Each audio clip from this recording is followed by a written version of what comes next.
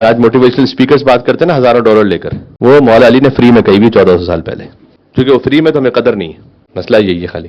مثلا مولا نے فرمایا کہ علم کے شرف کے لیے اتنا ہی کافی ہے کہ اس کا نہ رکھنے والا بھی اس کا دعویٰ کرتا ہے۔ تو آپ کو نہیں لگتا ہے کہ 2024 2025 کا جملہ ہی؟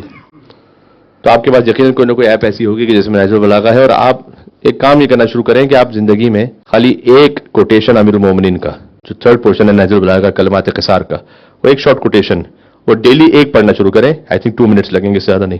میں آپ سے اطمینان کے ساتھ کہہ رہا ہوں، امیر المومنین کی محبت کے دعوے کے ساتھ، کہ اگر آپ نے کم سے کم 2 مہینے یہ کام کیا تو آپ محسوس کریں گے کہ جب آپ بات کر رہے ہیں تو آپ کے کلام میں علی بن ابی طالب السلام کا کلام ظاہر ہو رہا ہے، اور آپ یہ بھی فیل کریں گے کہ وہ جو آپ نے اپنے ایکسپیرینس سے 20-30 ایئرس کے ایکسپیرینس سے سیکھا ہے نا، وہ مولا علی علیہ السلام نے 1400 سال پہلے ایک جملے میں بیان کیا ہوا ہے، آلریڈی کہا ہوا ہے۔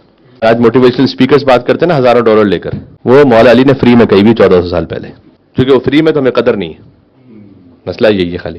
آپ مثلا مولا نے فرمایا کہ علم کے شرف کے لیے اتنا ہی کافی ہے کہ اس کا نہ رکھنے والا بھی اس کا دعویٰ کرتا ہے۔ تو آپ کو نہیں لگتا ہے کہ 2024 2025 کا جملہ ہی؟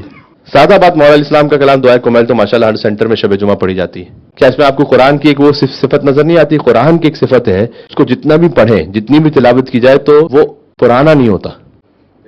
دعائے کمیل میں وہ کیفیت محسوس ہوتی ہے کہ جب بھی آپ کہیں شب جمعہ یا سریع الرضا، تو ہر بار ایک نئی تازگی فیل ہوتی، کیونکہ کلام جڑا ہوا اس سے کہ جو لسان اللہ ناطق ہے۔